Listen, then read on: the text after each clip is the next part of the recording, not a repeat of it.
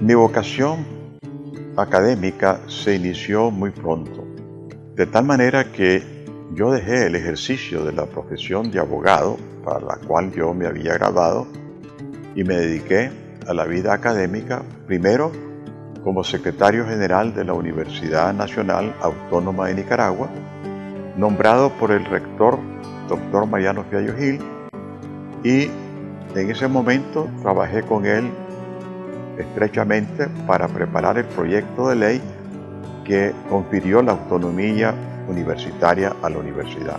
Pero además fui nombrado profesor de las asignaturas de Introducción al Estudio del Derecho y de Filosofía del Derecho. Bueno, al doctor Tunerman yo lo conocí en 1957 cuando entré a estudiar a la Universidad Nacional Autónoma de Nicaragua Derecho, y él fue mi profesor en Introducción al Estudio del Derecho. En ese tiempo él daba la clase por primera vez, creo que fue su primer año también, y al mismo tiempo era el secretario general de la universidad durante el rectorado del padre de la autonomía universitaria, el doctor Mariano Fiallo Gil. Introducción al Estudio del Derecho. Él me dio esa clase y era como una puerta por la cual uno podía entrar a la carrera que yo había elegido para estudiar, y me encontré con mi sorpresa que era un hombre muy joven. Carlos tendría 26, 27 años entonces, y su método de enseñar era extraordinario, la manera pedagógica que él usaba para dar esta materia tan clave. Él era una persona importante y los jóvenes de León de aquella época crecimos de alguna manera escuchando al doctor Tunerman, y cuando hablábamos de la universidad o escuchábamos de la universidad, de una manera u otra siempre asociábamos eso con Mariano Fiallo un tiempo y luego naturalmente también con Carlos Tunerman.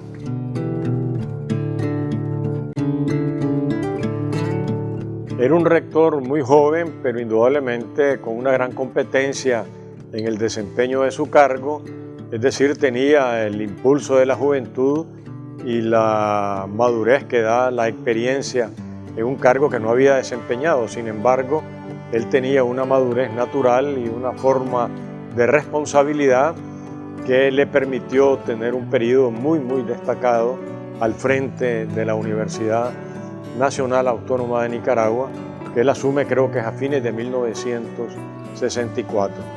Le tocó ser electo en sustitución del padre de la autonomía, el doctor Mariano Fiallo Gil.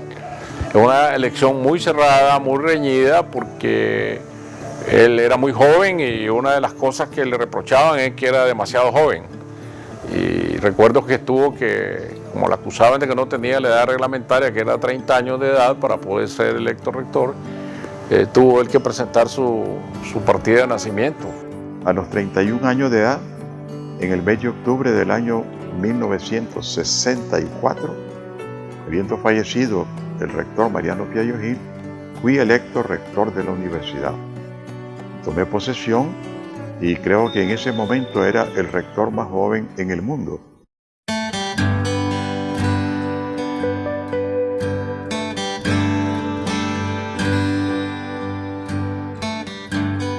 Comenzaron un proceso que yo entiendo todavía está en marcha, pero que sin ellos creo que era impensable. Pero introdujeron los estudios generales en una época en que la universidad necesitaba darle a sus estudiantes no solo las herramientas de las profesiones tradicionales que se enseñaban en aquellos años en la UNAM, sino que ellos le agregaron el componente humanístico tan importante para lo que la universidad significó luego en Nicaragua en los años 70 y finales del siglo pasado. Antes se hablaba de la universidad como una referencia en la sociedad, de libertad académica, de libertad de criterio, de excelencia. La universidad opinaba sobre los asuntos nacionales entonces con mucha autoridad, era escuchada, Entonces eso se debe a las personas que encabezaron la universidad en aquellos tiempos, el doctor Mariano Fiallo Gil primero y el doctor Carlos Tunerman después.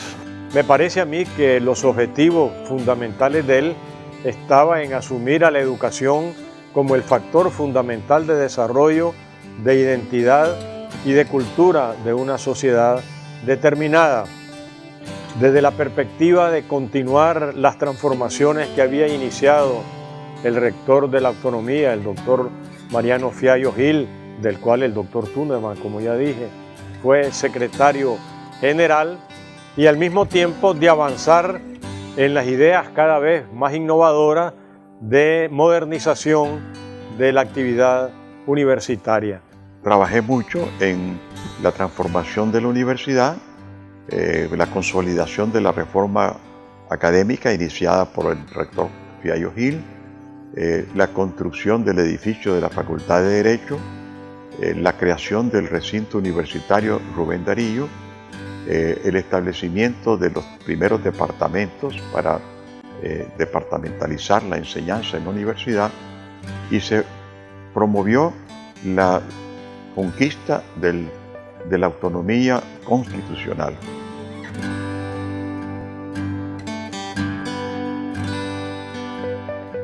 Incorporé al grupo de los 12 para apoyar la lucha contra la dictadura de Somoza Debayle, y a raíz del triunfo de la revolución fui nombrado ministro de Educación. Como ministro de Educación tuve la gran satisfacción de que se lanzara la Cruzada Nacional de Alfabetización, que tuvo un gran éxito y que mereció el máximo galardón de la UNESCO. Se crearon 1.400 escuelas primarias rurales en distintos lugares donde nunca antes había habido escuelas. 40 institutos se hicieron sus edificios. En ciudades relativamente pequeñas se estableció el uniforme escolar único, que es el que todavía existe como uniforme escolar único para colegios públicos y privados. Todo eso me produjo a mí una gran satisfacción, así como el hecho de que durante los años que estuve en el Ministerio de Educación se mejoró el salario de los maestros, se contrataron muchos maestros más que hacían falta, se crearon 5 escuelas rurales normales nuevas para la formación de los maestros, que también hacían mucha falta, y 5 institutos técnicos.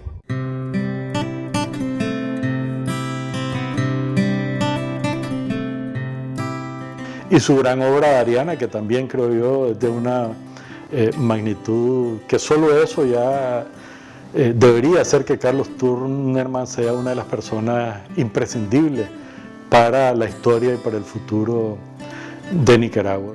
Ha desarrollado diferentes temas y ha hecho diferentes exposiciones que han contribuido a una mejor y mayor comprensión de nuestra máxima figura de las letras nicaragüenses. Le he dedicado 6 libros a Rubén Darío. Uno de ellos es un largo ensayo publicado por la editorial Anamá sobre Rubén Darío y la generación del 98, donde establezco pues la influencia de Darío en esa generación de escritores españoles tan importantes, ¿verdad?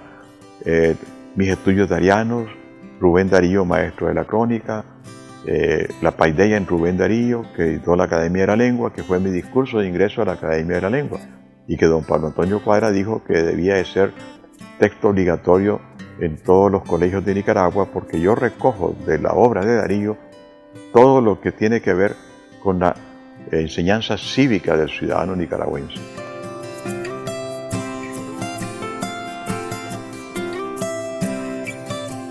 He sido muy afortunado con mi matrimonio. Tengo 53 años de casado con Rosa Carlota. Ella es pintora y yo le he apoyado pues en su trabajo como pintora, que se ha destacado muchísimo, y hemos educado a todos nuestros hijos. Todos ellos hoy día son profesionales. Algunos están fuera del país porque las especialidades que tomaron no tienen campo en este país, pero todos ellos pues viven siempre muy interesados por Nicaragua, porque aquí tienen sus raíces. Cuando hablamos de él, necesariamente hablamos también de Rosa Carlota. Yo creo que ellos son una unidad inseparable, o sea, la devoción que ellos se tienen el cariño, el amor con que ellos han criado a sus hijos. Yo creo que es un ejemplo para toda la familia de Nicaragua. Yo diría que como cabeza de familia, como parte de una familia, Carlos es un padre ejemplar también en todo sentido. Ha formado a sus hijos de manera excelente, con sus propios valores éticos, sus valores morales y la visión que él tiene de la sociedad.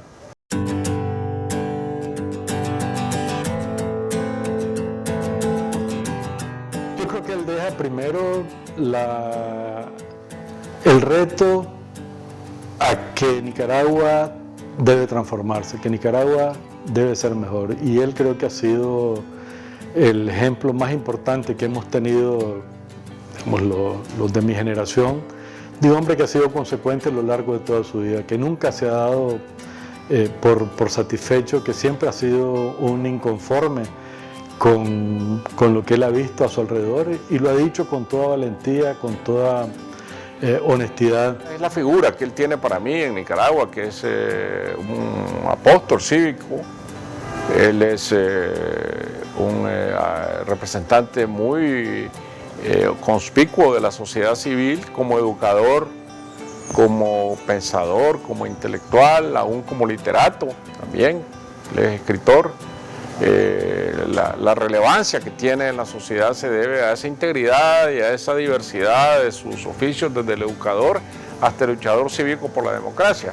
También como ciudadano ha sido un persistente cumplidor, digámoslo así, de las obligaciones de ciudadanía, de su presencia constante en la vida política, social, cultural del país, en sus señalamientos fundamentales de lo que debe ser el Estado de Derecho, la ciudadanía, la democracia, la institucionalidad, y pues de una forma reiterada y sistemática él ha hecho una práctica cotidiana de su propia vida y de su propio comportamiento, todas las ideas que de alguna forma ha avanzado y desarrollado también desde el plano conceptual de la educación. Con Darío tenemos todavía una deuda pendiente. Nicaragua no ha sido capaz de editar las obras completas de Darío. El reto deberíamos de asumirlo para que se cumpla. En el año 2016, cuando se va a cumplir el primer centenario de la muerte de Darío, el mayor homenaje sería que se publiquen sus obras completas. En el campo educativo, que hagamos de la educación la primera prioridad en la inversión del presupuesto nicaragüense. Es decir, priorizar la educación como la mejor inversión, que es la inversión en nuestra gente, para elevar el nivel educativo de nuestra población, que en promedio no llega ni siquiera a la primaria completa. Y un país en realidad progresa cuando por lo menos toda su población tiene un promedio educativo de 9 o 10 años como mínimo para realmente progresar. Priorizar la educación. Ojalá algún día tengamos algún político que cuando se lance a buscar la presidencia diga: yo aspiro a ser el presidente de la educación. Entonces tengamos así a alguien que gobierne el país en el sentido de que considere que gobernar es educar y que por lo tanto le dé prioridad a la educación sobre cualquier otro tema. Porque la educación es la que nos va a hacer salir de la situación de pobreza, desempleo y subdesarrollo en que nos encontramos. Y finalmente, la recuperación de la democracia y luchar y que las nuevas generaciones se comprometan para que realmente en Nicaragua la democracia eche raíces profundas, de tal manera que no vamos a tener nunca más el riesgo o el peligro de caer en una nueva dictadura.